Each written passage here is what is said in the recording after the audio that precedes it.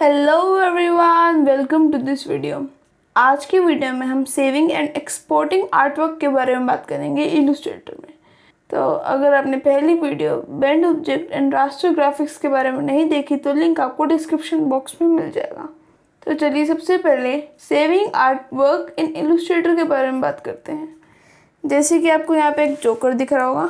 अब हम इस फाइल को सेव कैसे करें। अभी ये सेव हुआ है joker.ai के थ्रू, पर मान लीजिए अब मुझे कुछ भी ऐसे करके, तो यहाँ पे आप देख सकते हैं हमने कुछ भी एक इस तरह की एक शेप बनाई यहाँ पे।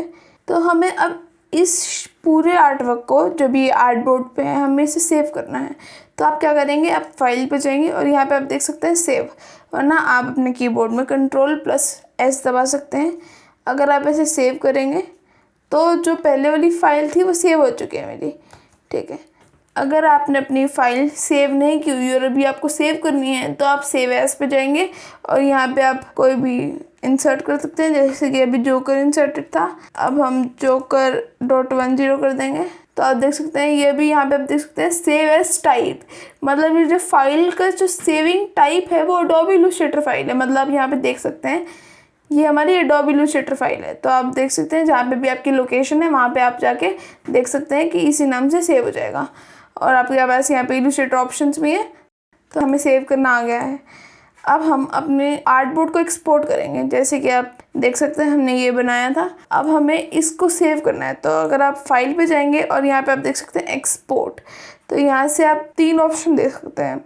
अगर आपको JPEG फॉर्मेट में, और बहुत सारे फॉर्मेट्स हैं हमारे पास, उसके बारे में हम डिस्कस करेंगे, उस टाइप में सेव करना है तो आप एक्सपोर्ट एज के लिए जाएं। अगर आपको सेव फॉर वेब करना मतलब फुल स्क्रीन मोड चाहिए तो आप इसके लिए जाएं, और एक्सपोर्ट फॉर स्क्रीन के लिए आप इस पे जाएं, ठीक है। अभी हम एक्सपोर्ट एज करेंगे। तो आप देख सकते हैं यहाँ पे हमारे पास फाइल नेम पूछ रहा है वो, तो हम कुछ भी इंसर्ट करते हैं। तो आप देख सकते हैं यहाँ पे बस टाइप है auto CAD drawing, auto CAD exchange file, BMP, CSS, और भी बहुत सारी हैं हमारे पास यहाँ पे। फोटोशॉप के लिए सेव करना हो और भी टेक्स्ट फॉर्मेट, तो ये हमारे पास बहुत सारे टाइप्स हैं। अभी हम JPEG के लिए जाएंगे, ठीक है। अब आप यहाँ पे देख सकते हैं यूज़ आर्ट बोर्ड्स। आपके पास नंबर ऑफ़ आर्ट बोर्ड्स हो तो आप यूज़ आर्ट बोर्ड्स करके ऑल कर सकते हैं। अभी हमारे पास एक आर्ट बोर्ड है तो हम यूज़ आर्ट बोर्ड करके रेंज पे जाके 1 करेंगे ताकि हमारे पास ये फुल आर्ट बोर्ड आए। अगर आप ऑल करेंगे तो आपके पास जो भी आर्ट बोर्ड के आसपास जो भी आपने वर्क किया होगा तो वो भी साथ में एक्सपोर्ट हो जाएगा। वो आप मैनिपुलेट करके देख सकते हैं। आप ट्राई करें तो आपको पक्का समझ आएगा कि मैं क्या कहना चाह रही हूँ, ठीक है। अभी हम यूज़ आर्ट बोर्ड करके रेंज पे जाके हम 1 करेंगे क्योंकि हमारे पास 1 आर्ट बोर्ड है। तो हम एक्सपोर्ट करेंगे तो आप देख सकते हैं यहाँ पे आपसे Adobe Illustrator सेव करने के लिए कलर मोड पूछ रहा है। जैसे कि अभी RGB आपको पता है क्या होता है। RGB मेनली डिजिटल कलर्स होते हैं। तो अगर आप डिजिटल आर्ट वर्क कर रहे हैं तो RGB के लिए जाएँ, और अगर आप प्रिंटेबल पर्पज़ के लिए यूज़ कर रहे हैं, आपको प्रिंट करवाना है अपना आर्ट वर्क, और मतलब जो भी आप बना रहे हैं तो उसको प्रिंटेबल पर्पज़ के लिए है आपका, तो आप CMY के लिए जाएँ, ठीक है।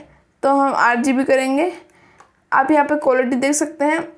अगर आप स्मॉल क्वालिटी करेंगे तो आपका जो साइज़ है फाइल का वो कम आएगा। अगर आप लार्ज क्वालिटी करेंगे तो आपका जो साइज़ है फाइल का वो लार्ज आएगा, ठीक है। तो अभी हम हाई करेंगे, हमें कोई इशू नहीं है साइज़ का। मैक्सिमम क्वालिटी कर दी हमने। तो आप देख सकते हैं रेजोल्यूशन हमारा अभी 150 है। तो रेजोल्यूशन में सिर्फ यही डिफरेंस होता है कि अगर आपका हाई रेजोल्यूशन होगा तो आपको जो आर्टवर्क है उसको मूव करने में आपको मतलब थोड़ा सा टाइम लेते हैं अगर कॉम्प्लिकेटेड आर्टवर्क होता है। तो आपकी मर्ज़ी है ये, वैसे इतना खास फ़र्क नहीं पड़ता आपके आर्टवर्क पे। तो हम अभी मीडियम करेंगे।